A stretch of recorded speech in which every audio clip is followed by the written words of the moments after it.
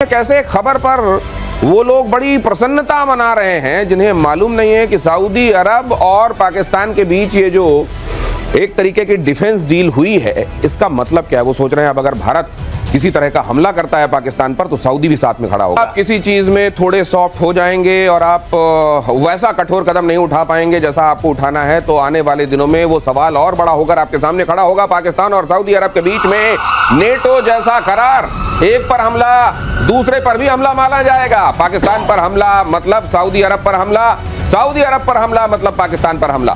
Saudi अरब की राजधानी Riyadh में यह समझौता हुआ। अब आप सोच रहे होंगे कि समझौता क्यों किया गया है। अब अगर आप ये बात जानते हैं कि पाकिस्तान के पास परमाणु हथियार हैं और बीच में आपने कई बार ये खबरें भी सुनी होंगी कि पाकिस्तान में परमाणु हथियार बनने देने में जो फैक्टर सहायक थे उनमें कहा जाता है सऊदी अरब भी था। तो अब जब उसके पास ये परमाणु हथियार हैं और अभी आप जानते हैं हाल के दिनों में कतर पर इजराइल ने हमला बोला था, वैसे में शायद सऊदी अरब को यह लग रहा है कि अब केवल अमेरिका की गारंटी पर इस क्षेत्रीय सुरक्षा के लिए नहीं रहा जा सकता निर्भर। शायद उसको परमाणु हथियारों के तौर पर पाकिस्तान जैसे एक साथी की जरूरत है। पाकिस्तान क्या सोच रहा है कि भारत अगर कभी मारेगा पाकिस्तान को तो सऊदी अरब बीच में आएगा। अस्सलाम वालेकुम दोस्तों, पाकिस्तान सऊदीया मुआहदे से अब भारतीय जर्नल अपनी आवाम को झूठी तसल्लियां देना शुरू कर चुके हैं। वो कहते हैं कि हमने तो पाकिस्तान पर आज तक हमला ही नहीं किया। ये कह रहे हैं कि हमने तो एग्रेसर किया, यानी पाकिस्तान ने कोई हमला किया, आतंकवादी हमला किया, हमने उसके रिस्पांस में हमला किया, यानी पहले हम पर हमला हुआ। और मुआहदे में जो लिखा गया है वो ये है कि आप पर हमला हो तो दोनों मुल्क आएंगे, यानी पाकिस्तान किसी पर हमला करता है तो फिर सऊदीया नहीं आएगा, हम पर हमला होगा तो तब आएगा। तो बेवकूफ़ो, आज तक तुमने कहाँ पर साबित किया है कि पाकिस्तान ने पहलगाम में हमला किया? आप तो कह देते हो, कहने से बात तो नहीं होती। अभी आपने जो ऑपरेशन दूर किया वो पाकिस्तान पर आपने एग्रेशन किया, आपने कहीं पर सबूत नहीं दिया कि ये पाकिस्तान ने पहलगाम किया था, लेकिन आपने हमला कर दिया। उसके रिस्पांस में पाकिस्तान ने आपको खूब ठोका है। और देखिए कि उस वक्त चाइना हमारे साथ खड़ा था, तुर्की, अजरबैजान दोस्तों खड़ा था, जंग जीती तो अमेरिका भी हमारे साथ खड़ा हो गया। लेकिन अब देखिए कि अब दोबारा हमला करोगे तो एक मुल्क यानी सऊदीया डायरेक्टली इन्वॉल्व हो जाएगा। देखिए ऐसा नहीं है कि वो कूद पड़ेगा किसी भी हमले में। मान लीजिए वहां से एक आतंकवादी हमला हम पर आता है और हम ऑपरेशन सिंदूर पार्ट 2 करते हैं और सऊदी अरेबिया में घुस जाए तो हम तो ये कहेंगे कि आप तो आतंकवादी को सपोर्ट कर रहे हैं। और ये कहना कि नहीं न्यूक्लियर अम्ब्रेला है, एक पैक्ट है, म्यूचुअल पैक्ट है ये कि एक पे हमला होगा दूसरे पे माना जाएगा। तो हम तो हमला नहीं कर रहे हैं, हम तो रिस्पॉन्ड कर रहे हैं ना। यदि आप नहीं करते तो भारत तो कभी भी हमला नहीं करता। लेकिन सर इसको जो बड़ा बनाने की तैयारी थी, इशाक डार जो जाकर कह रहे थे और ये कह रहे थे कि जैसे नेटो है वैसा ये मुस्लिम अलायंस ट्रीटी ऑर्गेनाइजेशन बन जाना चाहिए, मेटो जैसा कुछ बन जाना चाहिए, क्या ये वहां तक पहुंचेगी बात?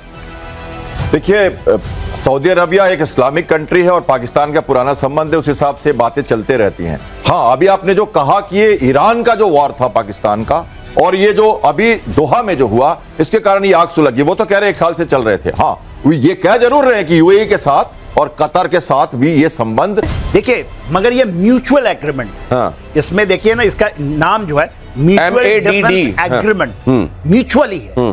उस समय म्यूचुअल एग्रीमेंट नहीं किया था, सेंटो उन्टो बड़ा ये था ना फॉरम, ये नेटो की तरह इतनी देशें थी उसमें साथ आ गए। हाँ। मगर ये म्यूचुअल वाला है ना जो। हाँ। अब देखिए पाकिस्तान को इसमें यदि लीवरेज मिलता है, कतार कल कर ले, ठीक है, यूएई कर ले। हाँ। कि हमारा म्यूचुअली है, कोई आप पर हमला होगा हमारा पे हमला माना जाएगा। तो इसको थोड़ी हम गंभीरता से जरूर लेनी चाहिए, हल्के में नहीं लेनी चाहिए। मैं ये बताना चाह रहा हूँ, बताना चाहता हूँ, थोड़ा सीरियस बात है। देखिए बांग्लादेश भी कहता है कि हमको न्यूक्लियर हमला चाहिए, आपके ऑप्शंस को क्लोज कर रहा है। देखिए वो अधि दे देता है इसको भी, बांग्लादेश को भी।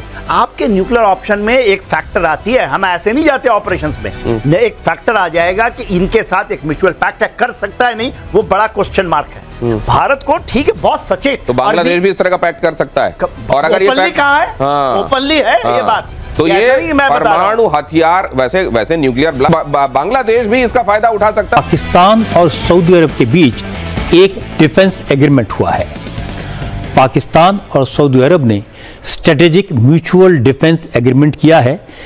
इस समझौते में कहा गया कि अगर पाकिस्तान और सऊदी अरब में से किसी पर भी हमला होता है तो उसे दूसरे देश पर भी हमला माना जाएगा और दोनों देश मिलकर उस हमले का जवाब देंगे। रियाद में सऊदी अरब के क्राउन प्रिंस और प्राइम मिनिस्टर मोहम्मद बिन सलमान और पाकिस्तान के वजीर आजम शहबाज शरीफ ने इस समझौते पर साइन किए। इस एग्रीमेंट की साइनिंग सेरेमनी के वक्त पाकिस्तान के आर्मी चीफ आसिम मुनीर भी मौजूद थे।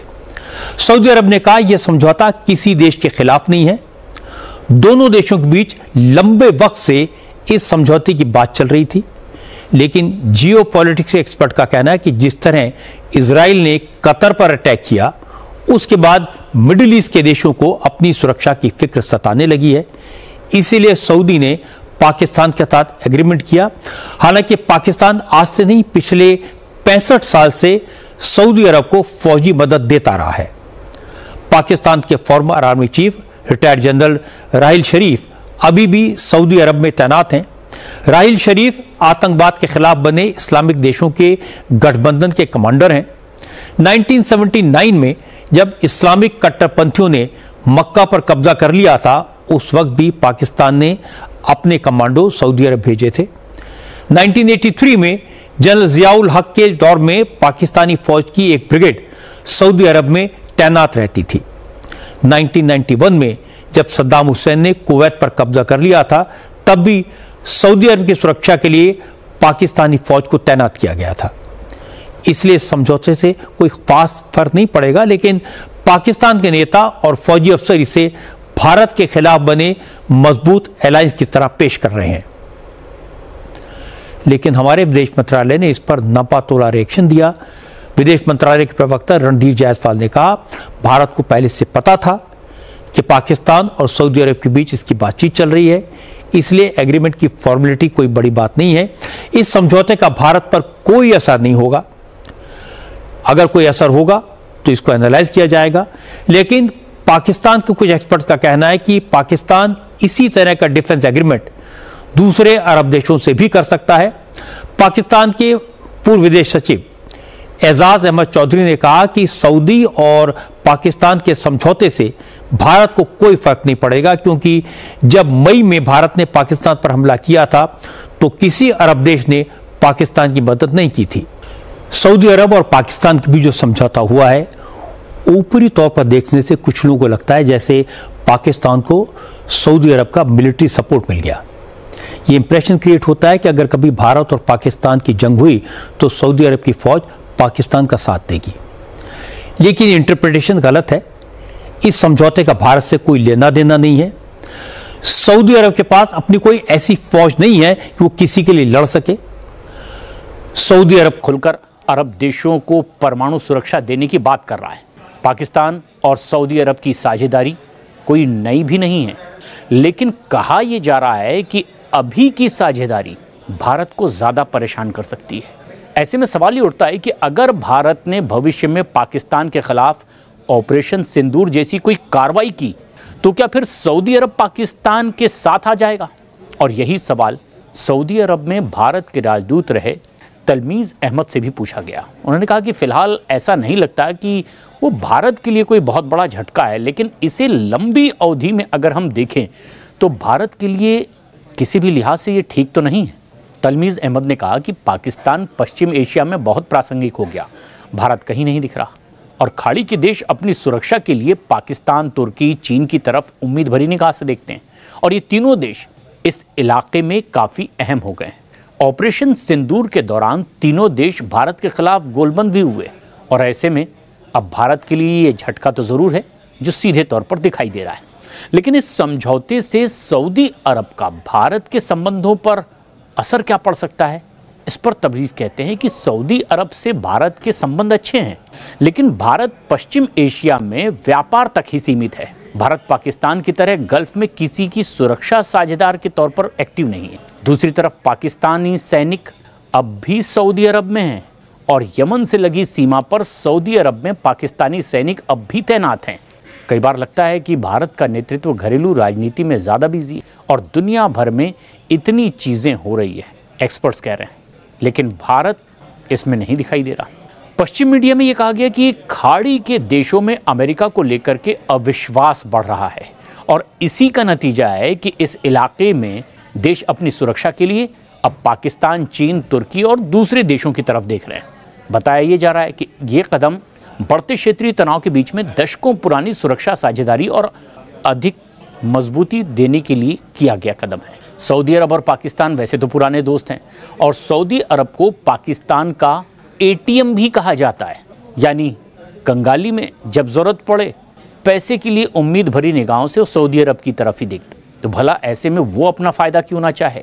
उधर चीन के साथ भी पाकिस्तान की मजबूत रक्षा साझेदारी है। इसके बावजूद चीन ने सऊदी अरब पाकिस्तान रक्षा समझौते की जमकर तारीफ की। चीनी विशेषज्ञों ने इसे भारत और इजराइल को घेरने की रणनीति करार दिया। 9 सितंबर को इजराइल ने जब दोहा में एक ठिकाने को निशाना बनाया, तब से खाड़ी के देशों में सवाल ज्यादा उठ रहे थे कि क्या वे अपनी सुरक्षा को लेकर के अमेरिका पर भरोसा कर सकते हैं। ऐसे में पाकिस्तान से सुरक्षा समझौते का समाचार एक बड़ा समाचार है उन देशों के लिए। एजेंसी रॉयटर्स से सऊदी अरब के एक अधिकारी ने बताया कि यह समझौता सालों की बातचीत का नतीजा है। इसे किसी एक घटना या किसी खास देश को जवाब देने के तौर पर नहीं देखना चाहिए। दोनों देशों के बीच में पहले से ही गहरे संबंध हैं। उधर एक्सपर्ट ब्रह्म चेलानी का भी मानना है कि सऊदी अरब ने बहुत सोच समझ करके ये डील की। उसने भारत को नाराज करने का जोखिम लिया है क्योंकि उसे बड़ा फायदा इससे मिलेगा। चेलानी कहते हैं कि सऊदी अरब को ये पता है कि पाकिस्तान के साथ उसकी डील को भारत अपनी सुरक्षा से सीधे सीधे खतरा मानेगा। इसके बावजूद उसने इस कदम को आगे बढ़ाया और यह कदम पाकिस्तान की ताकत को नहीं दिखाता, बल्कि वो तो दिवालिया होने की कगार पर है, बल्कि ये सऊदी अरब की महत्वाकांक्षाओं को दिखाता है। दक्षिण एशिया की जियोपॉलिटिक्स पर अगर नजर डालें तो माइकल कुगलमैन ने सोशल मीडिया प्लेटफॉर्म एक्स पर लिखा कि पाकिस्तान ने न केवल एक नया पारंपरिक सुरक्षा समझौता किया है, बल्कि उस देश से किया है जो भारत का भी टॉप का साझेदार है। और यह समझौता भारत को पाकिस्तान पर हमला करने से नहीं रोक, लेकिन कुछ अहम बातें, 3 अहम शक्तियां चीन, तुर्की और पाकिस्तान एक साथ हो गए हैं। पाकिस्तान अभी बहुत अच्छी स्थिति में और पाकिस्तान के प्रधानमंत्री शहबाज शरीफ 17 जुलाई को सऊदी अरब पहुंचे। सऊदी अरब और पाकिस्तान की ओर से जारी संयुक्त बयान में कहा यह गया कि शहबाज शरीफ को क्राउन प्रिंस मोहम्मद बिन सलमान ने न्योता भेजा। संयुक्त बयान में कहा गया कि पाकिस्तानी प्रधानमंत्री और सऊदी अरब के क्राउन प्रिंस ने स्ट्रैटेजिक म्यूचुअल डिफेंस एग्रीमेंट पर हस्ताक्षर किए और दोनों देश